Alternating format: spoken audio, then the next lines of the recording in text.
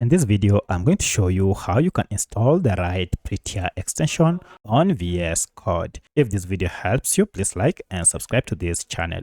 So when you talk of Prettier, Prettier is one of the best code formatter extension that is a must-have on your VS Code or Virtual Studio Code editor. To get it, go to this icon. This is extensions icon. And if you click on it, now you can search for any extension you wish. So I'll just search for Prettier. And that is it. And this is the right extension we are looking for. Now, before you install it, first click on it to see the details.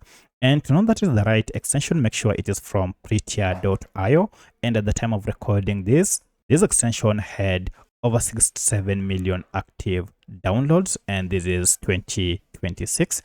And it has an average star rating of 3.5 with over 490 reviews. So if you see these details, then you'll know that you have the right extension.